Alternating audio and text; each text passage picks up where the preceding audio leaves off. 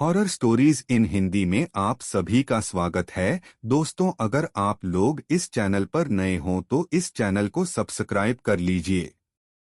जाकर हमारी दूसरी कहानियों जरूर देखें और सुनें। आप लोगों को बहुत मजा आएगा। चलिए बढ़ते हैं हमारी कहानियों की ओर। दोस्तों, हमारी आज की पहली कहानी पवन तिवारी ने भेजी है। उन्होंने पहले भी हमारे चैनल के साथ 2 कहानियां शेयर कर रखी है। चलिए इनकी कहानी शुरू करते हैं। मेरा नाम पवन है।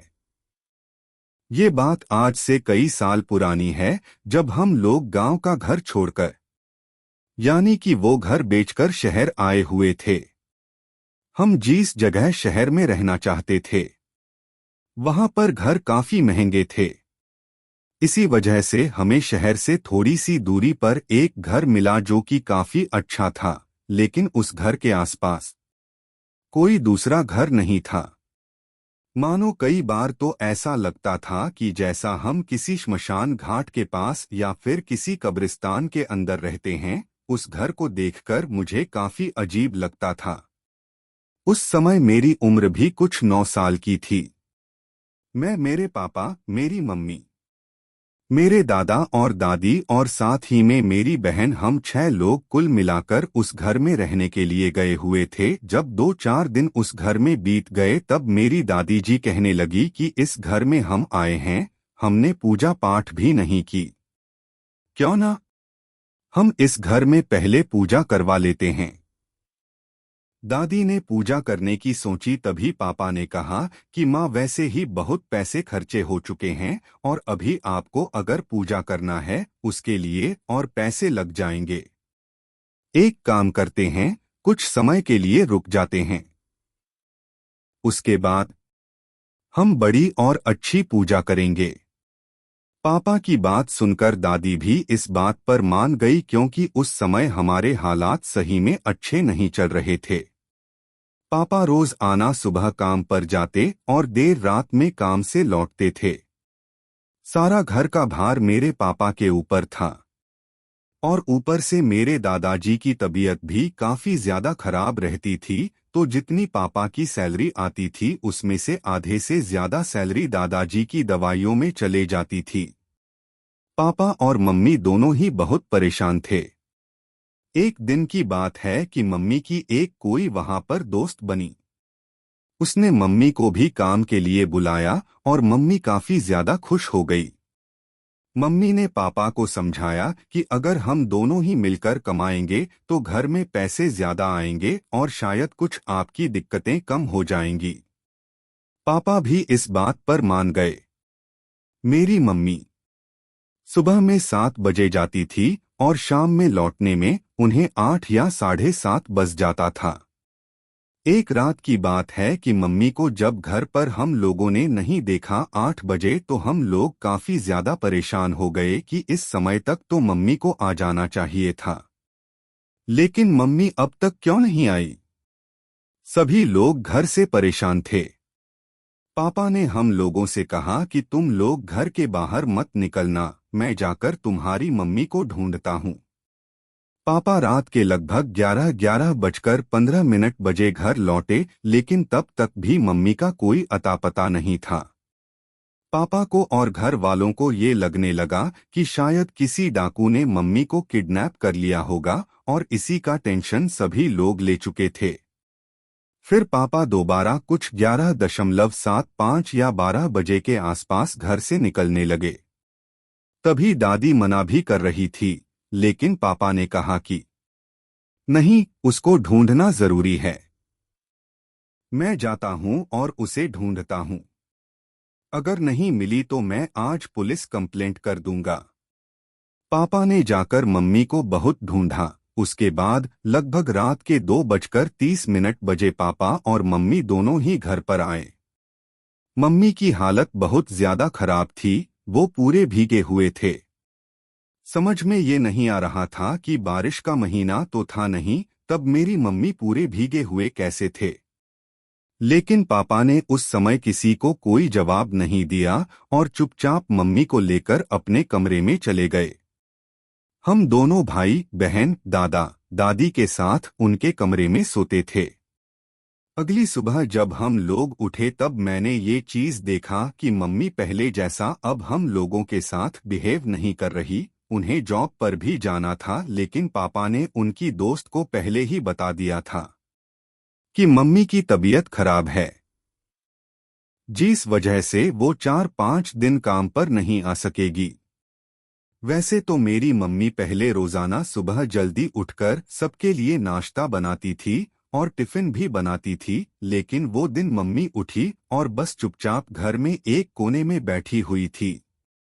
ना किसी से कुछ बात कर रही थी, ना किसी को कुछ बता रही थी। मुझे काफी अच्छे से याद है कि वो दिन मेरी भी तबीयत काफी खराब होने की वजह से मैं स्कूल नहीं गया हुआ था। पापा और मेरी बहन ये दोनों ही बाहर निकल चुके थे, यानी कि पापा ऑफिस के लिए और मेरी बहन स्कूल के लिए। दादाजी अपने कमरे में लेटकर आराम कर रहे थे। तभी मेरी दादी आई। दादी आकर मम्मी से कहने लगी, क्या हुआ, तू कल कहाँ थी, बता मुझे। लेकिन मम्मी इस पर कोई जवाब नहीं दे रही थी। एक बात आप लोगों को और ये बता दूं कि जब पापा ऑफिस के लिए जा रहे थे तब उन्होंने दादी से कुछ बातें की थी, जिसमें से मैंने एक या दो बात सुनी थी। वो ये थी कि वो दादी को समझा रहे थे कि माँ उससे बिल्कुल कोई सवाल नहीं पूछना, और हाँ, इस समय उसे बिल्कुल टेंशन नहीं देना। इसके बावजूद दादी माँ के पास जाकर उनसे पूछने लगी, बता तो सही क्या हुआ। मैं भले छोटा था, लेकिन मेरे मन में कुछ अजीब सा लग रहा था, जैसे मानो कि कुछ अनहोनी होने वाली है। तभी ही मम्मी से 3-4 बार सवाल करने के बाद मम्मी तो पहले चुप रही, उसके बाद में मम्मी ने एकदम से गुस्से में दादी से कहा, जा जाकर अपने कमरे में सो जा। मम्मी को ऐसा चिल्लाता हुआ देखकर मैं अपनी जगह पर डर के मारे कांपने लगा हूं, क्योंकि आज से पहले मैंने कभी मम्मी का यह रूप देखा ही नहीं था। दादी एकदम से पीछे हट गई और पता नहीं उनके पैर में क्या आ गया, जिस वजह से वो गिर पड़ी। गिरने की वजह से उनके सर पर चोट भी आ गई। मैं भागते हुए दादी के पास गया, उन्हें उस जमीन से उठाने की कोशिश करने लगा। जैसा तैसे मेरी दादी उठी और फिर दादी मेरे कंधे पर हाथ रखकर अपने कमरे में आ गई। मैं, मेरे दादा और दादी, हम तीनों ही कमरे में बैठे हुए थे। मैं दादी के सर पर देख रहा था कि उन्हें चोट कहाँ लगी है। दादी मुझसे कहने लगी कि जब तक घर में तेरे पापा न आ जाए तब तक तेरी मम्मी के पास नहीं जाना। तुझे कुछ भी चाहिए होगा तो तू मुझे बोलना। मैंने कहा, ठीक है। उसके बाद दादी ने मुझे दवाई खिलाई और मैं वहीं दादा के ही बाजू में उनके बिस्तर पर सो गया। लगभग दोपहर के 12:30 बजे मेरी आंख खुली तो मैंने देखा कि मेरे दादा तो मेरे बाजू में ही सोए हुए थे और दादी जो सामने उसी रूम में एक कुर्सी रखी हुई थी उस पर बैठी बैठी सो चुकी थी। मैं उठकर दादी के पास गया, लेकिन उन्हें उठाना मुझे ठीक नहीं लगा। मुझे पानी चाहिए था। दादा तो उठकर पानी नहीं दे सकते थे और दादी इतनी गहरी नींद में थी तो उन्हें उठाने का दिल नहीं किया। मैंने जैसे ही कमरे का दरवाजा खोला बाहर पानी लाने के लिए तो मैंने देखा कि मेरी माँ दीवार पर सर मारते हुए दीवार को चाट रही थी। यानी कि उन्होंने अपना सर इतना दीवार पर मार रखा था कि उनके सर से खून जा रहा था और वो खून जो दीवार पर टपक रहा था वो अपनी जबान से वो चाट रही थी। मैं ये देखकर इतना ज्यादा डर गया कि मानो वहीं थर थर कांपते हुए जोर की चीख लगाई और मेरी आवाज सुनकर मेरी दादी जल्दी से अंदर से बाहर आई। मुझे जब उन्होंने देखा मैं कांप रहा हूं तो उन्होंने अपनी नजरें मेरी मम्मी की तरफ दौड़े। मेरी दादी भी ये देखकर बहुत ज्यादा घबरा गई। उन्होंने लेकिन मम्मी से कुछ नहीं कहा और मेरे मुंह पर हाथ रख दिया ताकि मैं दोबारा ना चिल्ला सकूं। मैंने जब दादी की ओर देखा तो दादी ने सिर्फ मुझे चुप रहने का इशारा किया। उसके बाद दादी मुझे अपने साथ कमरे में लेकर आ गई और दादा के बाजू में दोबारा मुझे लिटा दिया। फिर दादी मुझ पर ही गुस्सा करने लगी कि तुझे क्या जरूरत थी बाहर जाने की, मैंने मना किया था ना बाहर मत जाना। तू बाहर क्यों गया? मैंने दादी से कहा कि दादी मुझे पानी चाहिए था। तब दादी ने कहा कि पानी चाहिए था तो मुझे बोलता, मैंने कहा आप सो रहे थे इसलिए आपको नहीं कहा। दादी ने इस पर मुझे फिर से बस चुप रहने का इशारा किया और कहने लगी के रूप में पानी लाती हूँ। मेरी दादी बाहर गई और उसके बाद लौटी ही नहीं और मैं कमरे में बैठकर उनका इंतजार कर रहा था कि मेरी दादी अभी पानी लेकर आएगी और मुझे पानी देगी। लेकिन 510-15 मिनट हो जाने के बाद भी दादी नहीं आई तो मैं धीरे से उठा और दादी के पास जाने की कोशिश करने लगा, क्योंकि मैं डरा हुआ इतना था मानो अपने कदम बहुत धीमे धीमे से आगे बढ़ा रहा था। मैं जैसे ही मेरे बेडरूम के दरवाजे के पास पहुंचा तो वहां पर मुझे किसी का हाथ दिखाई दिया। वो हाथ मेरी दादी का था। मैंने देखा कि दादी जमीन पर गिरी पड़ी थी। पता नहीं उन्हें उस समय क्या हुआ था। मैं भाग कर गया और दादी को उठाने लगा। दादी क्या हुआ आपको? दादी उठ जाओ, लेकिन मेरी दादी तब तक मानो बेहोश हो चुकी थी। मैं ऐसी ही परेशान होकर नहीं समझ में आ रहा था क्या करूं, इसलिए भागकर अंदर गया और जाकर मैंने दादा को सारी बात बताई। मेरे दादा तो बिस्तर से उठ ही नहीं सकते थे क्योंकि उनकी तबीयत इतनी ज्यादा खराब रहती थी। दादा को भी कुछ समझ में नहीं आ रहा था। मैं करता तो क्या, हमारे घर में जो टेलीफोन था तो मैंने फोन लगाया मेरे पापा के ऑफिस में और पापा को सारी बात बताई। लेकिन अब भी पापा को आने में तो समय लगना था। दोस्तों मैं बता नहीं सकता मेरे पापा के आने तक मैं उस घर में कैसा डर कर बैठा हुआ था, मानो मैं अपनी मौत को अपनी आंखों के सामने देख रहा था। जैसे ही पापा आए तब कहीं मेरी हिम्मत बढ़ी। मैंने पापा को सारी बात बताई। पापा ने तुरंत दादी को उठाया और दादी को उठाकर बिस्तर पर लिटा दिया। पापा आते समय डॉक्टर को अपने साथ लेकर आए हुए थे। डॉक्टर ने दादी को चेक किया और कुछ इंजेक्शंस वगैरह देकर दवाई दी। कहने लगे कि अब ये कुछ ही देर में ठीक हो जाएगी। इन्होंने कुछ ऐसा देखा है जिसे देखकर यह शॉक में पड़ गई, लेकिन दादी क्या देखी थी यह हमें नहीं पता था। और हाँ, जब मेरे पापा घर पर आए थे तब कुछ अजीब सा मैंने देखा, वो यह था कि मेरी मम्मी अब एकदम से नॉर्मल हो चुकी थी। उनके जो सर पर चोट लगी थी, दीवार पर मार मार के वो चोट भी पता नहीं कैसे बिल्कुल ठीक थी। जब पापा ने डॉक्टर को बोला कि मेरी वाइफ को देख लो तब मेरी मम्मी सामने आई, लेकिन उनके सर पर तो ना ही कोई चोट थी और ना ही कोई चोट का निशान। मैं ये सोचने लगा कि ऐसा कैसे हो सकता है जो मैंने और मेरी दादी ने अपनी आंखों से देखे। क्या वो झूठ था या फिर वो सिर्फ हमारा वहम था? अभी मैं ये सब सोच ही रहा था कि दरवाजे पर मेरी बहन ने एक जोर की चीख लगाई। वो स्कूल से आई हुई थी। उसके कंधे पर उसका बैग था। वो इतना जोर की चीखी कि समझ में ही नहीं आया उसने ऐसा क्या देख ली, और चीख लगाने के बाद वो उसी दरवाजे पर चक्कर खाके गिर गई। उसे उठाकर पापा ने अपने बेडरूम में लेकर चले गए और फिर डॉक्टर से कहा कि पता नहीं घर में क्या हो रहा है, मुझे कुछ समझ में नहीं आ रहा। डॉक्टर ने मेरी बहन को देखा और उसे भी दवाई दी। उसके बाद डॉक्टर तो वहां से चले गए। अब घर में बचे मैं, पापा और बाकी के लोग, लेकिन दादा दादी अपने कमरे में थे, दोनों बीमार, और मेरी बहन तो अब भी शायद होश में नहीं थी। मैं पापा से कुछ बात करता इससे पहले ही मम्मी ने मुझे आवाज लगाई।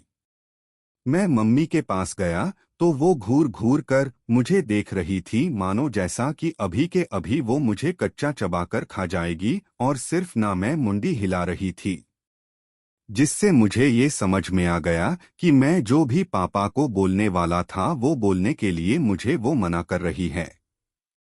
मैं तो उस समय चुप हो गया, परंतु मेरे पापा ने मम्मी को मना करते हुए मुझे देख लिया था। वो जान चुके थे कि कुछ तो गड़बड़ है, इसीलिए उस समय उन्होंने मुझसे कुछ नहीं कहा। बाद में वो मुझसे पूछने लगे तो मैंने उन्हें सारी बात बताई कि पापा, मुझे बहुत डर लगता है मम्मी से, और मम्मी ऐसा क्यों कर रही है। पापा कहीं न कहीं जानते थे कि उसके पीछे का कारण क्या है। पापा मुझे घर से लेकर तुरंत बाहर निकल गए और हम जा पहुंचे एक बहुत ही अच्छे आदमी के पास, जो कि पापा के ऑफिस का ही दोस्त था। पापा जाकर उन्हें सारी बात बताई और वहां मुझे पता ये चला कि मम्मी पापा को पिछली रात यानी कि जिस रात में मम्मी भीख कराई हुई थी, पापा को मम्मी उस समय एक तालाब के पास मिली हुई थी। वो तालाब के आसपास कोई बस्ती नहीं थी, वीरांश तालाब था, वहां कोई नहीं रहता था। मम्मी उस तालाब में डुबकियां लगा रही थी और जब पापा मम्मी को बचाने के लिए उस तालाब में गए तब ऐसा लगने लगा जैसे कि मानो पापा को भी तालाब के अंदर कोई खींच रहा है। बहुत मुश्किलों का सामना करते हुए पापा ने मम्मी को बचा लिया और जब पापा ने मम्मी को बाहर निकाला, बाहर निकलने के बाद मम्मी पापा से हाथ छुड़ाकर फिर से उसी तालाब में जाने की कोशिश कर रही थी। लेकिन पता नहीं, जब घर पर मम्मी आई तब वो कोई जिद नहीं कर रही थी। वो बस एकदम शांत थी, जैसे कि मानो किसी कठपुतली को पापा नचा रहे हो या उसे चलाकर घर पर लाए हो। जब मैंने ये सारी बात सुनी, मैं तो छोटा था और मैं तभी डरने लगा। फिर उस आदमी ने पापा को बताया कि एक दिन की और बात है, मैंने पापा की ओर देखा। पापा मेरी ओर देखते हुए कहने लगे कि बाहर चले जाओ। मैं उस कमरे से बाहर चला गया। उसके बाद उन दोनों की क्या बात हुई वो मुझे नहीं पता। मैं वापस लौटते समय घर के बहुत बार पापा से पूछा कि पापा, उसने आपसे क्या कहा। पापा बस मुझसे यही कह रहे थे, मम्मी की तबीयत खराब हो चुकी है, कुछ दिन में मम्मी बिल्कुल ठीक हो जाएगी। मैंने कहा पापा कितने दिन लगेंगे, तो पापा मुझे देखकर मुस्कुराते हुए बोले 2 दिन, और उसके बाद बस वो एकदम चुप हो गए। मैं और पापा उसके बाद घर पर आ गए। घर पर आने के बाद भी मैं मेरी मम्मी के साथ मानो 1 मिनट भी अकेला नहीं रहना चाहता था, क्योंकि मैं बहुत ज्यादा डर रहा था। मुझे ऐसा देखकर पापा ने ऑफिस से छुट्टी ले ली। दोस्तों, एक बात मैं आप लोगों को और ये बता दूं, जब हम लोग घर पर लौटे तब तक मेरी दादी को होश आ चुका था, लेकिन दादी इतना ज्यादा डरी हुई थी कि वो अपने कमरे के बाहर नहीं आई थी। मैं और पापा घर में घुसने के बाद दादी के कमरे में गए कि पहले दादी को देखते हैं, तो दादी जगी हुई थी। पापा ने दादी से पूछा कि माँ, तुमने क्या देखा था, यह तुम्हारे साथ क्या हुआ था। तो दादी ने बताया कि जब वह बाहर पानी लाने के लिए गई तब उन्होंने मम्मी को देखा कि मम्मी कांच का ग्लास तोड़कर उसे चबाकर खा रही थी, और सारी कांचें इतनी ज्यादा धारदार थी कि अगर वो गले से उतर जाए तो आदमी तो तुरंत मर जाएगा, लेकिन मम्मी उसे ऐसे आराम से चबाकर खा रही थी जैसे मानो कि कोई इंसान रोटी चबाकर खाता है। और जब ये दादी ने देखा तो मम्मी ने तुरंत ही दादी पर हमला करने की कोशिश की, यानी कि जो नोकीला गिलास उनके हाथ में था, कांच का, वही फेंककर दादी को मारा। लेकिन दादी ने जैसा तैसा खुद को बचा लिया। उसके बाद मम्मी दादी के सामने आकर खड़ी हो गई और जब अपना मुंह खोला तो मेरी मम्मी की जीभ वो उनके पेट तक लटक कर बाहर निकल गई। इतनी लंबी जीभ किसी इंसान की होना ये नामुमकिन बात थी। बस वो देखकर मैं उधर ही बेहोश होकर गिर गई। फिर दादी कहने लगी कि उसके बाद पता नहीं तेरी ही पत्नी ने मेरे साथ क्या किया। लेकिन हाँ, जब मुझे होश आए तब मैं यहाँ पर थी। अब एक बात हम लोगों को समझ आ चुकी थी कि मम्मी ने दादी को उसके बाद कोई चोट नहीं पहुंचाया, वरना दादी वैसे वहां पर पड़े नहीं होती। फिर पापा ने दादी से कहा कि मम्मी, और 1-2 दिन की बात है, सब कुछ ठीक हो जाएगा। अगले दिन हम सभी लोग घर में थे। अब जो मेरी बहन की तबीयत खराब थी और वह भी बेहोश जो हो चुकी थी, उसे भी कुछ समय के बाद होश आया।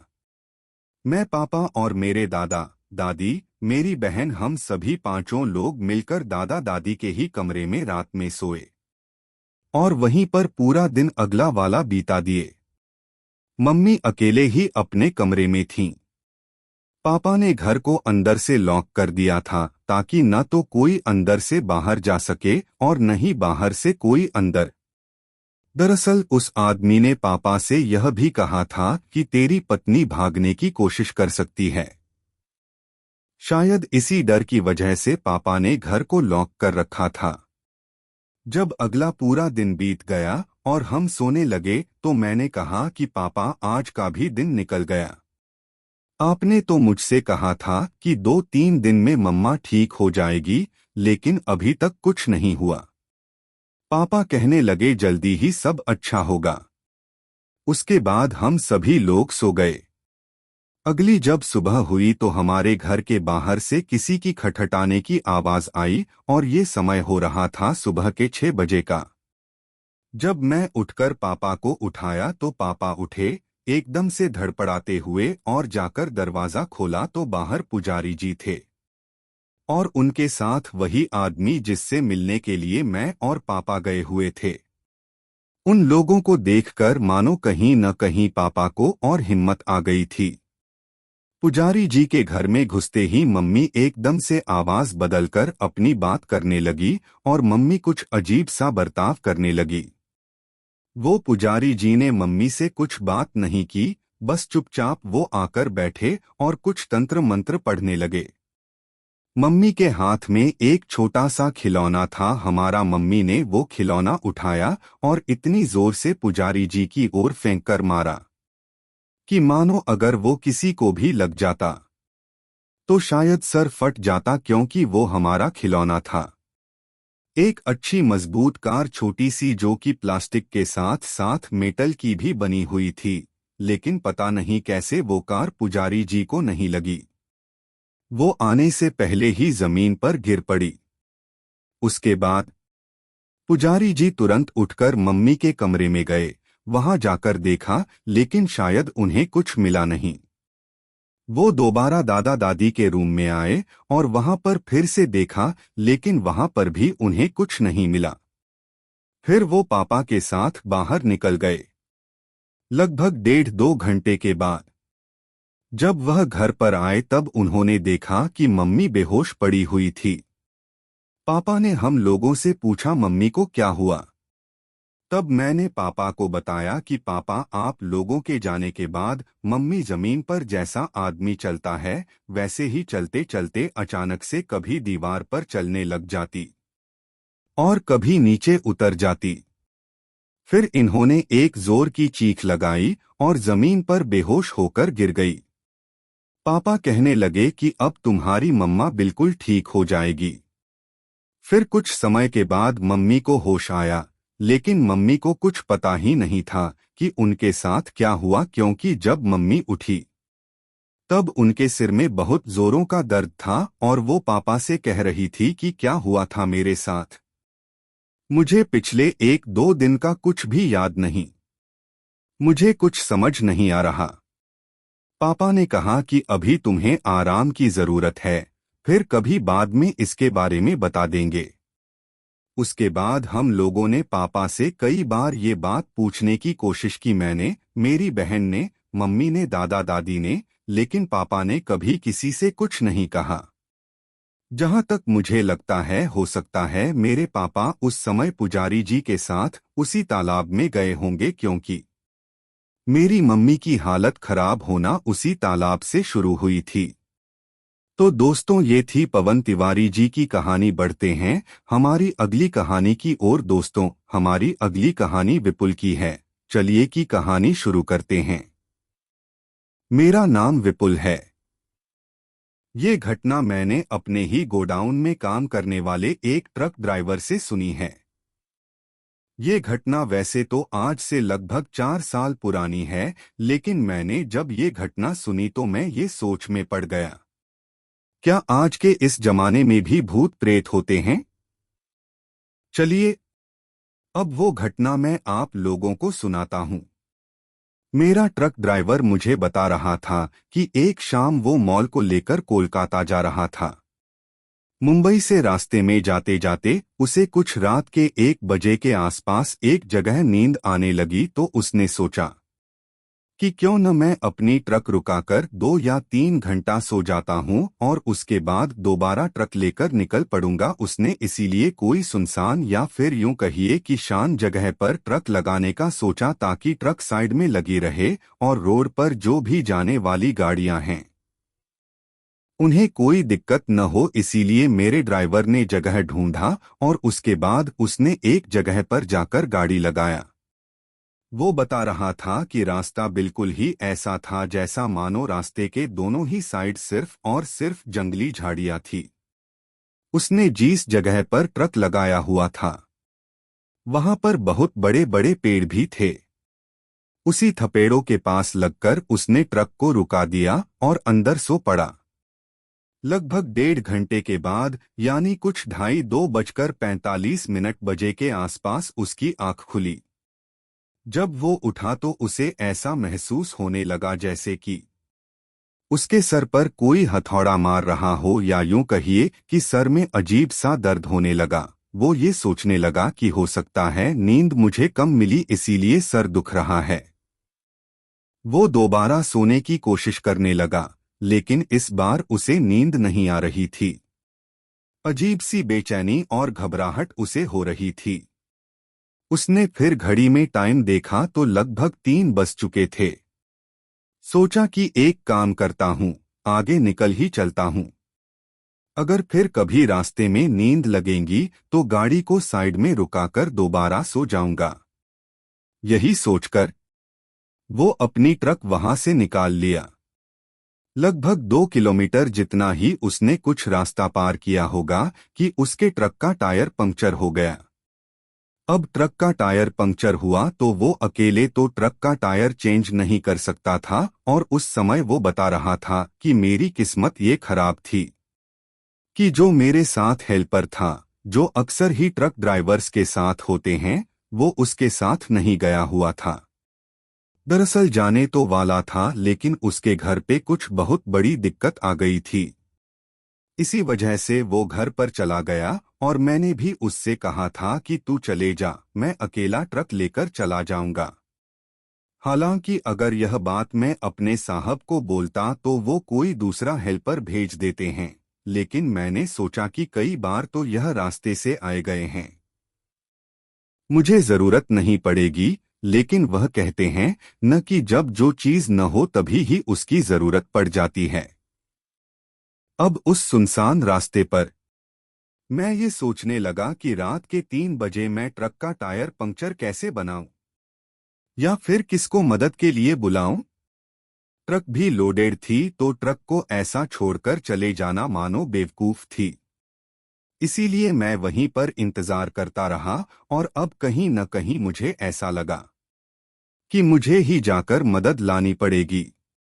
मैं वहां पर इंतजार कर ही रहा था कि अचानक से मैंने देखा सामने के रोड पर एक आदमी मुझे दिखाई दिया। वह आदमी साइकिल पर जा रहा था। मैं मन में सोचने लगा कि आसपास जरूर कोई बस्ती होगी। तभी ये आदमी इतनी रात में साइकिल पर जा रहा है, और मैंने उसे आवाज लगाई, अरे भाई जरा रुक जाओ, मेरी मदद कर दो। वो आदमी मेरी बात सुनकर वहीं रुक गया।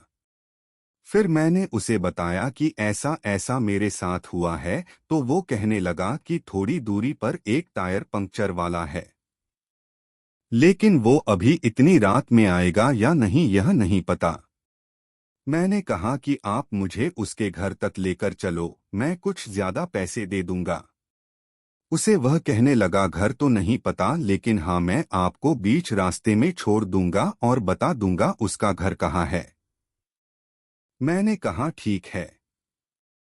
जब थोड़ी दूर उसके साथ साइकिल पर मैं आगे ही बढ़ा कि एक जगह पर उसने अपनी साइकिल रोक दी और मुझसे कहने लगा, यहीं उतर जा। मैं वहां उतर कर देखने लगा।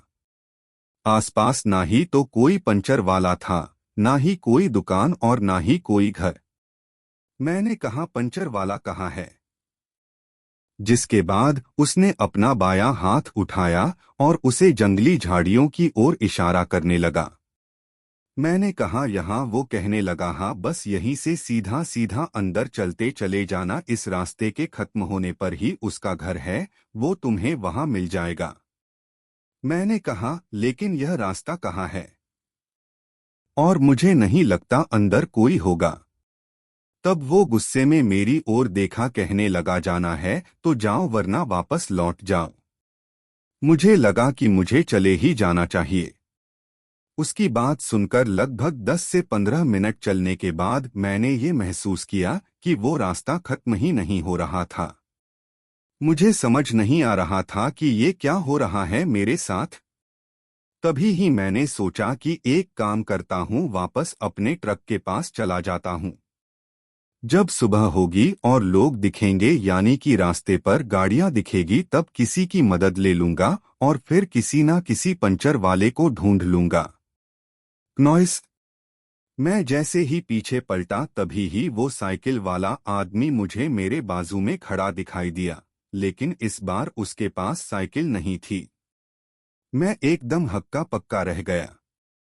उसे देखकर मैं पूछने लगा कि आप यहाँ कैसे? वो कहने लगा कि मेरी चिंता छोड़ो, अपना काम करो। मुझे उसकी बात समझ में नहीं आई। मैंने उस समय उससे बात करना ठीक भी नहीं समझा। एक तो वैसे ही मुझे बहुत गुस्सा आ रहा था। मैं इसीलिए चुपचाप वहां से बाहर निकल रहा था। अभी बस 2 कदम आगे बढ़ाए ही थे कि उसने मेरा हाथ पकड़ लिया। कहने लगा, पंचर वाला मिला नहीं तो वापस क्यों जा रहा है? इस बार उसकी आवाज पहले जैसे नहीं थी। मैंने कहा, मेरी मर्जी, मैं सुबह में देख लूंगा पंचर वाले को। वो कहने लगा, इतना अंदर तक आया है तो पंचर वाले को ले ही जा। मैंने कहा, नहीं, मुझे अभी जरूरत नहीं है। मैं जा रहा हूं, पता नहीं ये रास्ता कितना लंबा है। उसके बाद वो मुझसे कहने लगा कि बस 2 ही मिनट की दूरी पर है। उसकी ये बात सुनकर मैंने सोचा कि चलो जाकर देख लेता हूं, और अब तो शायद साथ में ये भी चलेगा। मैं फिर से दोबारा पीछे पलटा और अंदर जाने लगा। वह आदमी भी मेरे साथ साथ हो लिया। मैंने उससे पूछा कि मैं 1015 मिनट से अंदर चलता हुआ जा रहा था। मुझे तो एक बार भी महसूस नहीं हुआ कि कोई मेरे पीछे आ रहा है। तुम इतना शांति से मेरा पीछा कर रहे थे, मुझे पता ही नहीं चला। वह कहने लगा कि मुझे चलने की जरूरत नहीं है। मुझे उसकी बात समझ में कुछ आ नहीं रही थी, लेकिन इस पर ध्यान ना देते हुए बस मानो मेरी आंखें उसी पंचर वाले को ढूंढ रही थी। दूर मैंने एक झोपड़ी देखी। वो झोपड़ी के बाहर एक दिया जल रहा था। उसे देखकर मुझे पहले तो हंसी भी आ गई कि इस जमाने में कोई दिया जलाता है।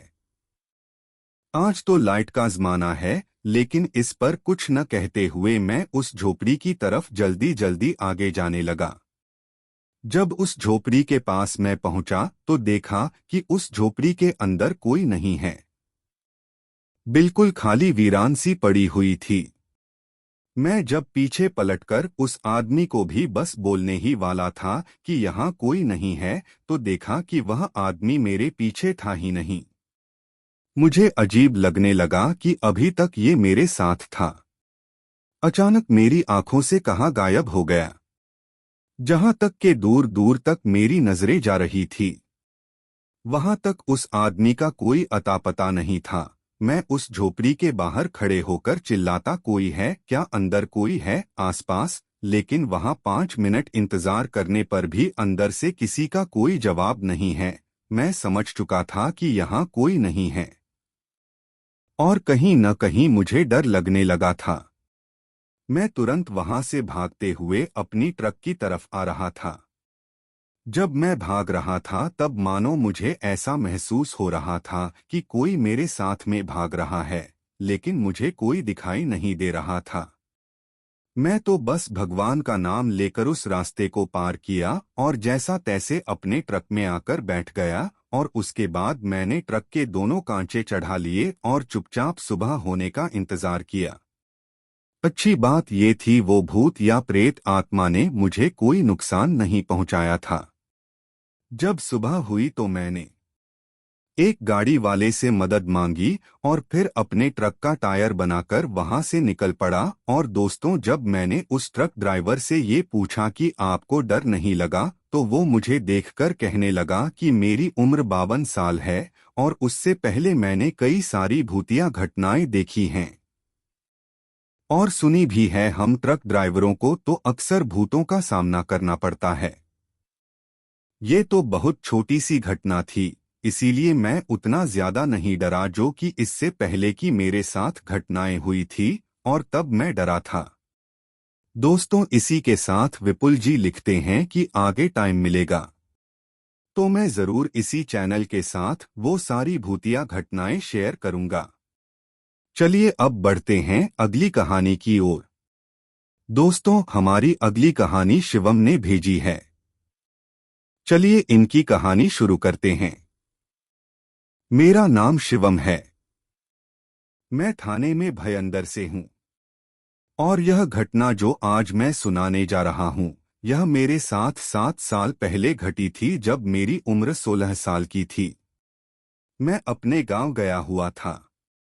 मेरा गांव मथुरा है जो यूपी में आता है। तो उस समय हमारे गांव में लाइट की बहुत दिक्कत हुआ करती थी।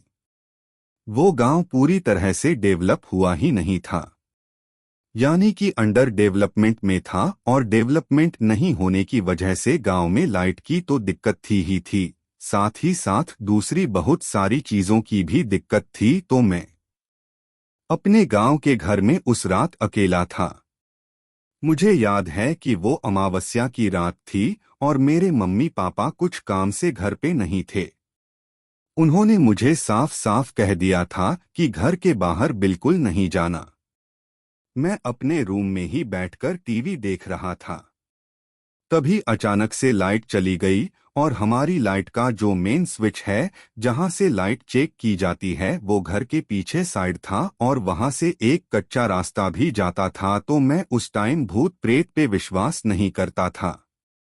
जब मेरे मम्मी पापा ने भी मुझसे कहा था कि घर से बाहर मत निकलना, तो मैंने सोचा कि ऐसे ही बोल रहे होंगे वो लोग, पर अब मुझे घर के बाहर जाना पड़ा क्योंकि लाइट नहीं थी। तो मैं अपने घर के बाहर जब गया तब मैं लाइट चेक ही कर रहा था। तभी मुझे मेरे पीछे 2-3 लोगों की चिल्लाने की और हंसने की आवाज सुनाई दे रही थी। मैं तुरंत पीछे मुड़ा, तब वो आवाज अचानक से बंद हो गई। मुझे लगा कि यह मेरा वहम है और मैं फिर से लाइट चेक करने लगा। तब मुझे फिर किसी के चिल्लाने की और हंसने की आवाज दोबारा सुनाई दी, लेकिन इस बार थोड़ी दूर से आवाज आ रही थी। इस बार भी मैं पीछे घूमा और फिर से आवाज बंद हो गई। मैंने सोचा जल्दी जल्दी काम कर लेता हूं, शायद कोई चोर या डाकू का ग्रुप भी हो सकता है। फिर जब मैं काम करने के लिए मुड़ा तब मुझे ऐसा लगा कि कोई मेरे बाजू से तेज गति से भागा। मैं तुरंत देखा तो मैंने देखा कि उस कच्चे रास्ते पे 2 औरत और एक बच्चा खड़ा हुआ था, और वो सभी लोग मिलकर आपस में ही लड़ रहे थे। पर जो बच्चा था वो हंस रहा था। तभी मैंने सोचा कि अभी इतनी जल्दी ये मेरे सामने आ गए। तब मैंने देखा कि वो औरत उस दूसरी औरत के बच्चे की गर्दन पे जोर से काटी। उस औरत ने उस बच्चे को इतना जल्दी और इतनी जोर से काटा कि पलक झपकते ही उस बच्चे की गर्दन से खून का फव्वारा उठने लगा और वो एकदम से गायब हो गया। और दूसरी औरत ने इतने जोर से चीखा कि जिस औरत ने उस बच्चे की गर्दन पे काटा था वो गायब हो गई। उसकी चीख सुनकर फिर जो औरत वहां पर खड़ी हुई थी उसकी नजर मुझ पर पड़ी। जब तक मैं अपने घर में घुसने वाला था वो औरत एकदम से मानो हवा पर सवार होकर मेरे सामने आकर खड़ी हो गई और मुझसे कहने लगी, मेरा बच्चा मुझे लाकर दे। मैंने उसे डरते हुए कहा कि कौन सा बच्चा, कैसा बच्चा? मैं तुम्हारे कोई भी बच्चे को नहीं जानता और न ही तो मैं तुम्हारी कुछ बात समझ पा रहा हूँ। इसके बाद मैंने कहा, तुम्हारा बच्चा तो उस औरत ने मार दिया ना। तब वो औरत ने जोर से मुझे मेरी छाती पर लात मारी, जिसके बाद मैं उसी कच्चे रास्ते पर जाकर गिर गया। वह बच्चा मर गया था। मैंने डरते हुए जब उस जगह पर देखा जहां उस औरत ने मुझे लात मारी थी, तब वह औरत गायब हो चुकी थी। फिर जब मैं खड़ा हुआ और आगे अपने घर की तरफ बढ़ने लगा, तभी ऐसा लगा कि अचानक से किसी ने मेरा पैर पकड़ लिया है। और जब मैंने अपनी मुंडी घुमाई, घबराते हुए देखा, तो पाया कि वही बच्चा था जिसने मेरा पैर पकड़ रखा था। वो बच्चा मुझे गुस्से में कहने लगा, मेरी माँ के पास मुझे लेकर चल, और वो भी अभी के अभी। उस बच्चे को जब मैंने गर्दन की तरफ देखा, तब उस बच्चे की गर्दन का मांस बहुत बुरी तरह से कटा हुआ था। उसके गले की नस मानो ऐसा लग रहा था जैसे कि बाहर लटक रही है। मैंने उसे घबराते हुए कहा कि तेरी माँ का है, मुझे क्या पता। फिर मैं उससे कहने लगा कि प्लीज मुझे जाने दे, मैंने ना ही तो तेरा कुछ बिगाड़ा है और ना ही तेरी माँ का। तब अचानक उस बच्चे ने मेरे पैर पर काटा। उस बच्चे का वो भूत था या प्रेत पता नहीं, लेकिन उसने इतनी बुरी तरह से काटा था कि वह निशान आज भी मेरे पैर पर मौजूद है। मेरे पैर से खून बहने लगा और तड़पते हुए मैं अपने घर की ओर भागा, और जब मैं अपने घर के अंदर चला गया तब मेरे घर की लाइट अचानक से आ गई थी और मैं घबराते हुए मंदिर के पास बढ़ने लगा। खून बहने की वजह से मुझे चक्कर आ रही थी। तब मेरे घर की सीढ़ियों पे मुझे वो औरत दिखी जिसने उस बच्चे को काटा था। उसका चेहरा कुछ अजीब काला सफेद जैसा दिख रहा था।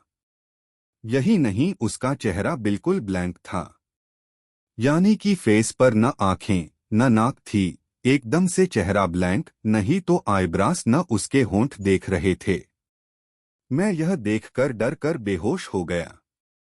जब मेरी आंख खोली तब मैं हॉस्पिटल में एडमिट था। मेरे पास वो टाइम पे नर्स थीं।